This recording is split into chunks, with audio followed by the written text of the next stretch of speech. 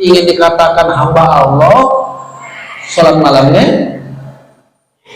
Itulah hikmah dari memahami tentang Isra dan Mi'raj. Saya nggak bicara lebih tentang masalah perjalanannya naik ke langit ke satu, kedua, ketiga. Itu mas sering berapa kali. Tapi hikmahnya apa sih yang bisa kita ambil? Bisa nggak merubah diri kita?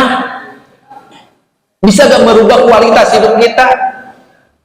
Jangan sampai kisah disampaikan berulang-ulang, tapi sikap pribadi kita nggak berubah terhadap hal-hal yang lebih baik lagi.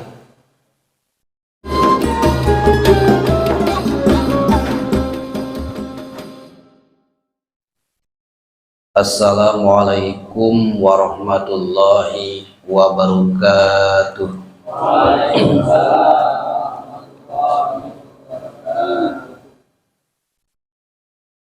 Alhamdulillah, alhamdulillahilladzi asra bi'abdihi lailan minal masjidil haram ilal masjidil aqsa. Nahmaduhu wa nasta'inuhu wa nastaghfiruh wa na'udzu billahi min syururi anfusina wa min sayyiati a'malina. Wa yahdihillahu fala mudhillalah wa may yudlil fala hadiyalah. Asyhadu an la ilaha illallah wahdahu la syarikalah wa asyhadu anna Muhammadan abduhu wa rasuluhu la nabiyya ba'dah.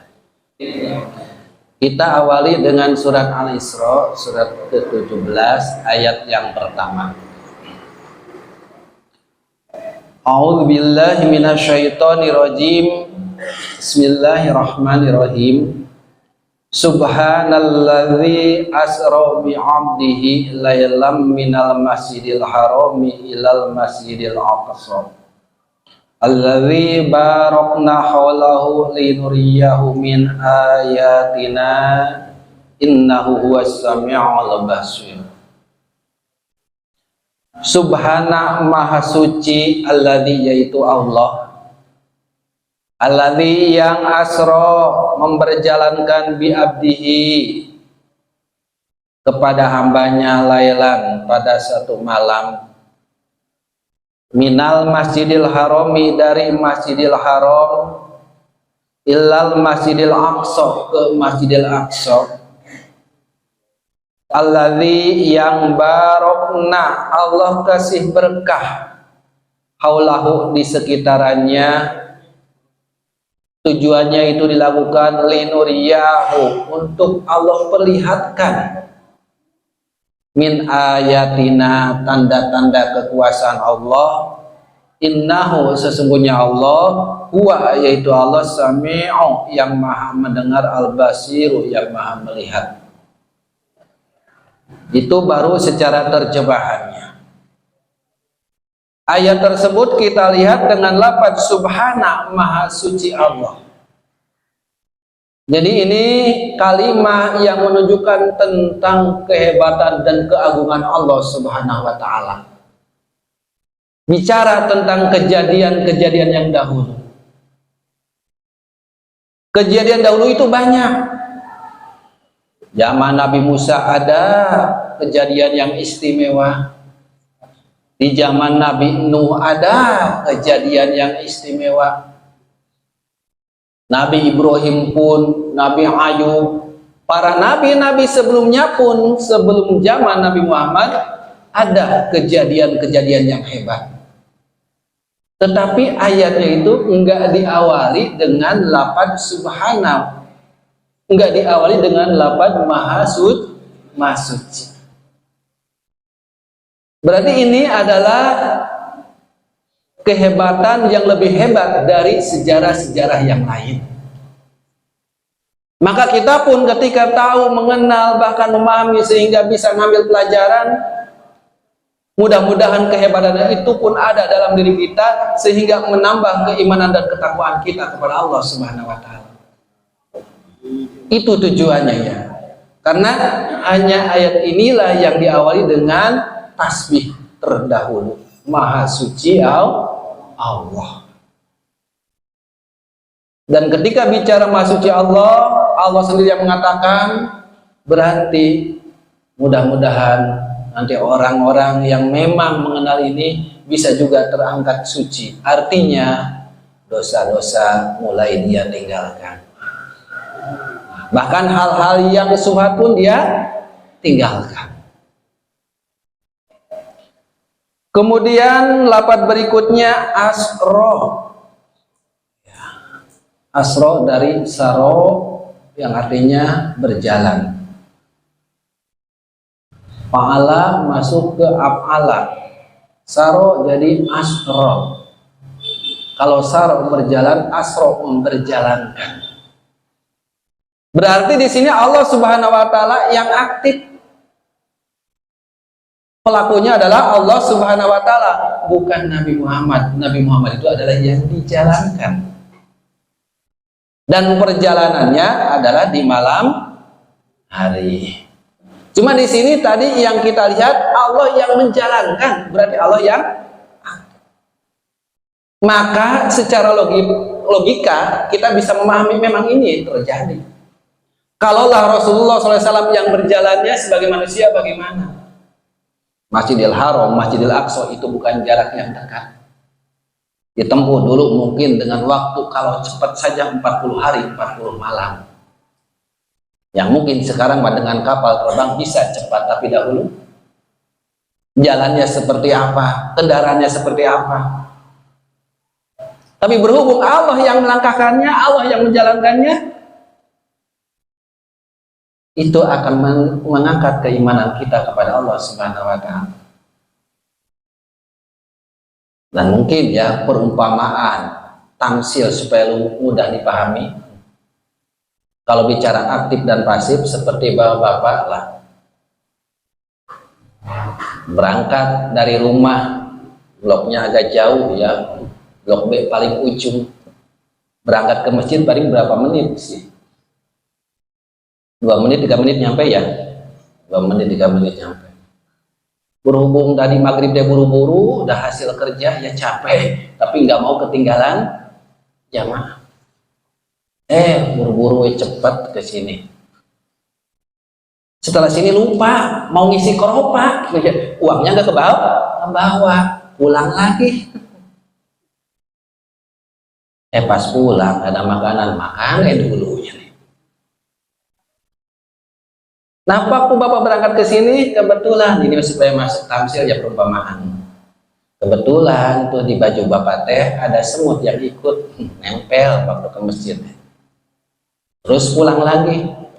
Paling pulang pergi, taruh berapa menit sih?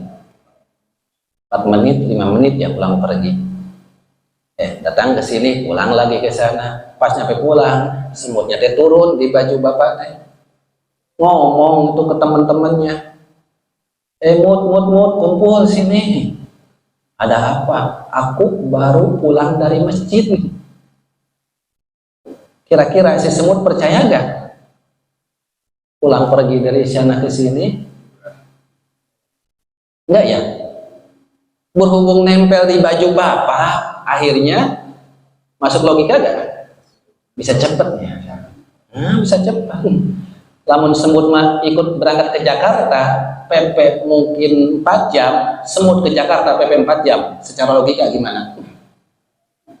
Tapi berhubung nempel di baju Bapak.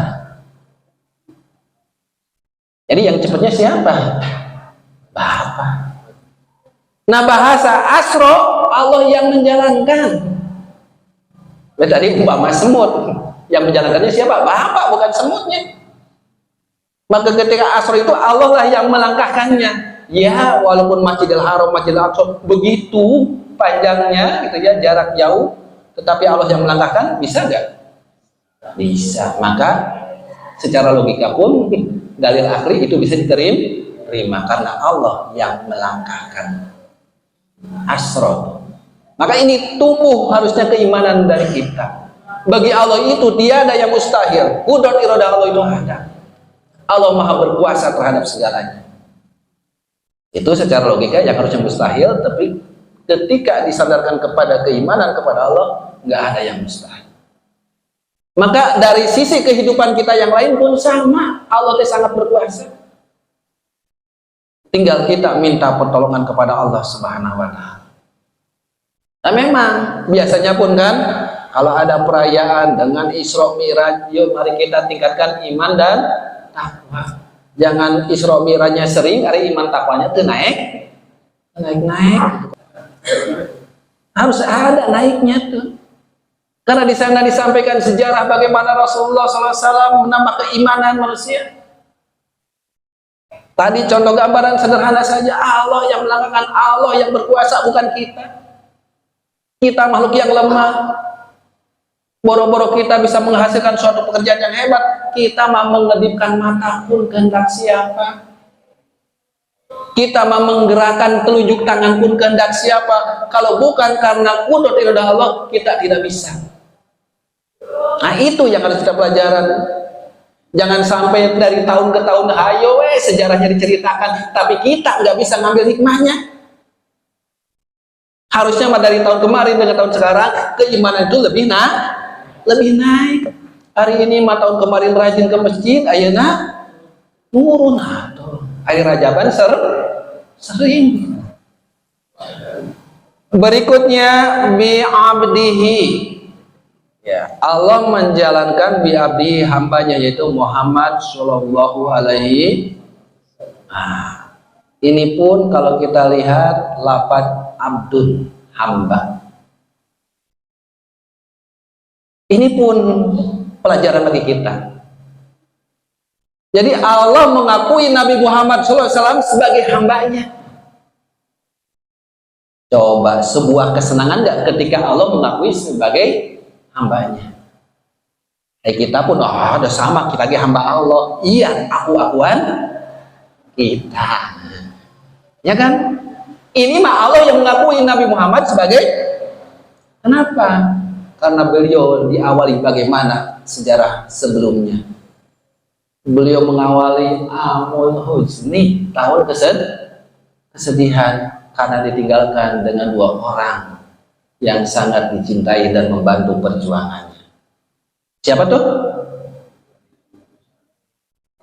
Khadijah sama pamannya. Sedih. Nah, adanya Isra dan Mi'raj ini adalah salah satu untuk menghibur, sehingga diakuilah Rasulullah SAW sebagai hamba Allah, dan Allah langsung mengakui dengan stempelnya bahwa itu adalah hamba. Hanya tadi kita pada ngaku hamba, kitanya yang ngaku, ya kan? Mengaku hamba Allah berjamaahnya, sahabat. Ngaku hamba Allah menyatu berjamaahnya ada, pengorbanan harta dan jiwanya ada. Maka kita belum tentu senang. Yang kedua dengan lafaz abdihi, hamba, berarti ini pun bisa memahami bahwa Rasulullah itu nanti naik mi'rajnya pun adalah ruh dan jasadnya. Karena bahasnya abdul itu berkumpul ruh dan jasad. Karena kan ada beberapa pendapat, Ajna Rasul ada berangkat naik ke langit ya dengan ruh dan jasad, ada yang nyebut ruh saja. Tapi kalau bicara abdul berarti memang ruh dan jasad. Soalnya kalau jasad saja namanya mayit, ya kan? Kalau jasad saja, kalau ruh saja, ya itu ruh gentayangan. Ngomong zaman akhir mah pocong. Abdihi berarti memang ruh dan jasad. Bagaimana berangkatnya? Allah yang melangkahkan, Allah yang memberjalankan. Jadi bukan sesuatu yang mustahil. Harusnya kita sebagai orang beriman tumbuh keimanan lagi yang lebih kuat. Sehingga kalau keimanan kuat itu, nalar yang harus di depan nanti akan di belakang. Karena dulu yang awal mengawali pertama kali membenarkan kisah Isra dan Mi'raj adalah Abu Bakar As-Siddiq. Maka gelar As-Siddiq pun dari sana diawalinya. Karena ketika Rasulullah SAW setelah Isra Mi'raj kan menyampaikan bahwa aku itu telah melaksanakan Isra dan Mi'raj, itu berjalan di malam hari Masjidil Haram, Masjidil Aqsa, kemudian naik ke langit ke 1, ke 2, ke 3, 4, 5, 6, 7 sampai Sidratul Muntaha, pulang lagi dalam jangka kurang dari semalam. Bagaimana Abu Jahal dan kroninya? Kan mencemoohkannya. Wah, benar Muhammad ini udah gila. Kenapa? Karena berangkat ke Masjidil Haram, Masjidil Aqsa yang segitu jauhnya, hampir berapa? 1400 km, berapa lama harus kita tempuh? Kendaraan cuma mungkin unta atau kuda lah yang paling cepat. Tapi itulah memang kejadiannya, sehingga mencemoohkan, meledek. Sampai waktu itu orang-orang dikumpulkan semua di hadapan Nabi Muhammad SAW dan bicara Abu Jahal, nih orang udah mulai gila. Kenapa? Bicaranya ngawur. Maka kita tanya bagaimana pendapat Abu Bakar tentang masalah ini. Akhirnya kan ditanya Abu Bakar, wahai Abu Bakar, bagaimana pendapat engkau tentang perjalanan Nabi Muhammad ini? Sambil sini karena memang nggak mempercayai. Bagaimana pendapat engkau? Kemudian Abu Bakar keluar dan berdiri sambil nunjuk tembok. Tembok itu warnanya hitam. Nih tembok teh warnanya hitam. Tapi kalau Rasulullah SAW bicara tembok itu warna putih, aku pun akan ikuti tembok itu warna putih. Mata aku yang salah. Aku sangat membenarkan perkataan Nabi Muhammad SAW. Jadi tutup tuh logika, sampai mata pun dianggap salah kalau itu perkataan Rasul. Harusnya kalau memang itu perkataan Allah, kalau itu memang perkataan Rasulullah, ya harus kita yakini, buktikan dengan perbuatan kita. Barang siapa yang menyalakan lampu masjid, kemudian lampu ini belum dimatikan, maka selama itulah malaikat akan memintakan ampunan bagi orang yang menyalakan. Yang mendatang tepa poek-poek gitu ya. Barang siapa yang menggelarkan samad atau tikar atau karpet, kemudian karpet itu belum digulung, maka selama itulah malaikat pun meminta ampunan kepada orang yang menggelar karpet. Yakin nggak tuh dengan keterangan-keterangan seperti itu? Kalau yakin jadi praktekan gitu ya. Barang siapa yang membangun masjid, maka Allah bangunkan juga rumahnya di surga. Yakin? Masjid itu beres-beres. Kalau yakin ya gitu kan, pengen nggak dibangunkan tempatnya di sana? Kalau disiapkan bangunnya di sana, berarti orangnya pun akan menjadi pengisinya. Cuma bahasanya yakin apa enggak kitanya? Kalau yakin ya jalankan. Maka dengan sejarah Isra Mi'raj untuk ngangkat kita, semakin yakin enggak, semakin iman enggak? Karena iman itu bukan sekedar ngaku saja. Kayak tadi, hamba itu bukan ngaku kita hamba, tapi seperti Rasulullah, bahwa beliau diakui sebagai hamba Allah, Allah yang mengatakannya. Kita pun sama, kita ingin dikatakan oleh Allah hamba Allah. Bagaimana caranya? Kalau kita dikatakan ngaku cinta kepada Allah, benar gak Allahnya cinta kepada kita? Dan itu semua tergantung dari keimanan kita. Berikutnya, lailan. Nggak pakai lailatan ya. Nggak pakai ta marbutah. Soalnya kalau lailah kan lailatul qadar. Ada T-nya ya, ta marbutah, lailah. Ini mah lailah. Soalnya kalau lailatun atau lailatan atau lailah itu dari maghrib sampai subuh. Tapi kalau lailan itu sedikit dari malam. Kalau lailatan berarti tadi dari maghrib sampai subuh kan lama. Kalau lailan itu sedikit dari waktu malam. Jadi kalau bicara sedikit, ya bisa 3 jam, bisa 2 jam, bisa 1 jam, bisa setengah jam. Itu bicara sedikit dari malam. Bahkan sebenarnya ini penguat saja karena lafaz asro sendiri kan berjalan di waktu malam asro itu. Tapi kenapa pakai lafaz lailan juga? Ini untuk memperkuat memang Rasul itu berjalan tuh dari sebagian malam, dari sedikit malam. Kalaulah lailah itu mungkin bisa semalaman. Lailan sebagian malam. Nasbun ala dorfi, ini bicara tentang dinasobkan lailan ala dorfi karena jadi dorob zaman atau waktu. Wal isro sairul lail, lapan isro atau asro itu pun berjalan di waktu malam. Maksudnya apa? Wa faidatu dzikrihi, dan faidah diucapannya al isyaratu, ini sebuah isyarat bitankirihi dengan nakirohnya itu ila taklili mudatihi, kepada taklili mudati sedikit waktunya. Jadi cuma sebentar, bayangkan, bukan semalaman, sebagian malam, sedikit dari malam. Maka kalau bukan dasar keimanan, bagaimana mungkin kita menerima sejarah itu? Kalau sudah itu tercatat di dalam Al-Quran, sudah itu ada keterangan dari Rasulullah SAW, kenapa harus kita nggak percaya dan nggak yakin? Kenapa kita nggak beriman? Ya tinggal imani, kalau udah ada jelas coretnya mah. Itulah bentuknya ya, sehingga hari demi hari harus tambah keimanan bagi kita tuh. Dari mana tuh? Minal Masjidil Haram, dari Masjidil Haram, ayat Mekah, ilal Masjidil Aqsa, kepada Masjidil Aqsa, ayat Baitul Muqaddas, Baitul Maqdis, di muqodihi, karena jauhnya minhu, karena jarak yang jauh. Bisa kita bayangkan tadi perjalanan seperti apa. Tapi justru inilah ya.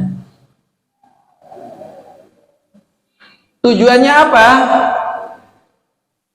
Tujuan itu bukan sekedar jenak kata orang ingin ketemu sama Allah, bukan. Kalau ingin ketemu sama Allah berarti Allah ada tempatnya. Kalau Allah ada tempat, apa bedanya dengan makhluk? Allah mah udah jelas, laisa kamislihi syai'un, tidak serupa dengan sesuatu apapun. Kalau makhluk butuh tempat, Allah mah tidak butuh tempat. Mukhalafatunil hawadis. Jadi tujuannya apa? Dan di sana bukan ketemu sama Allah, bukan semakin dekat kepada Allah, itu ya dalam artian jarak. Karena jarak Nabi Muhammad ketika Isra Mi'raj dengan jarak Nabi Yunus ketika ditelan ikan ke dasar lautan yang sangat dalam, itu bagi Allah mah jaraknya sama. Kalau memang ada tempat, jaraknya harus beda kan? Ini mau naik ke atas, ini ke dalam laut. Kalau secara jarak Allah ada tempat, akan ada perbedaan enggak?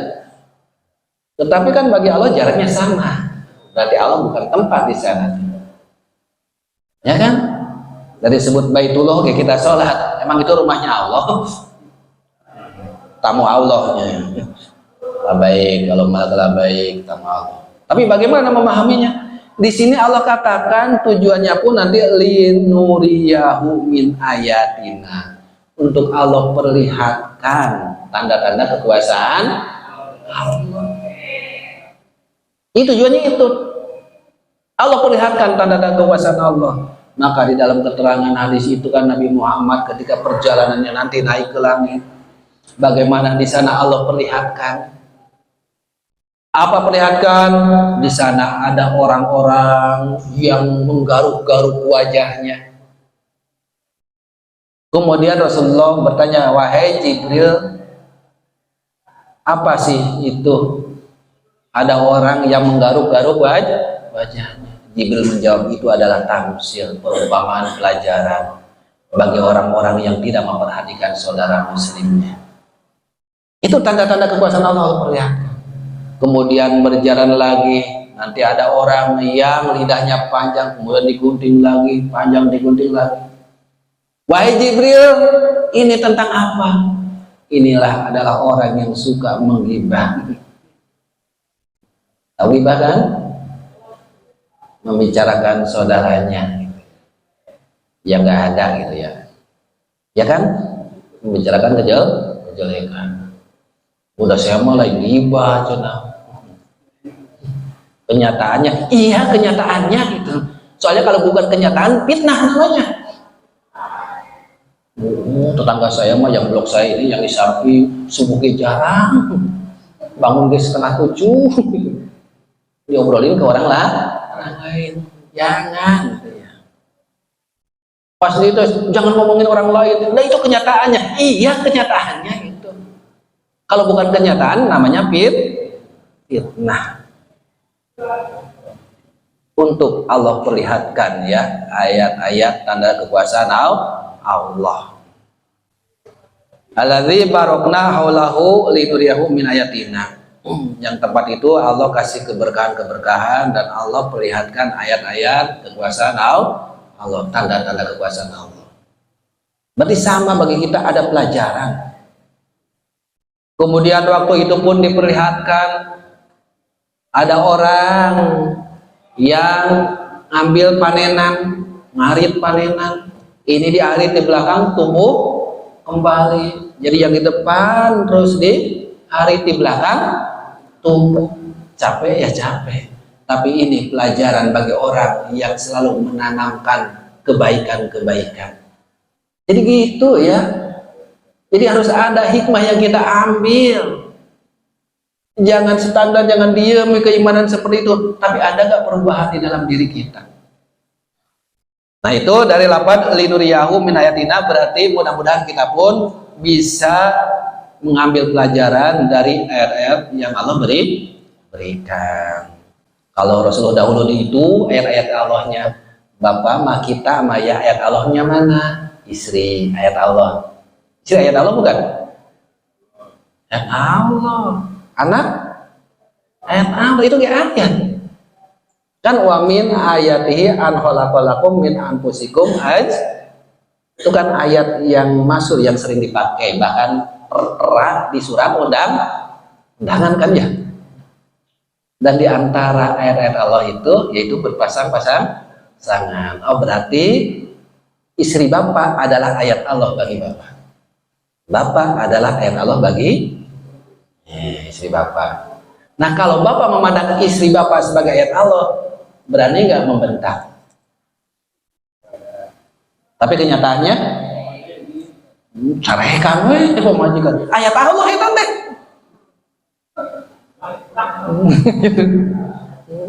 Ayat Allah. Istri sama ketika memandang Bapak pulang dari kerja, aduh ayat Allah baru pulang. Akan tertanam itu adalah ayat Allah.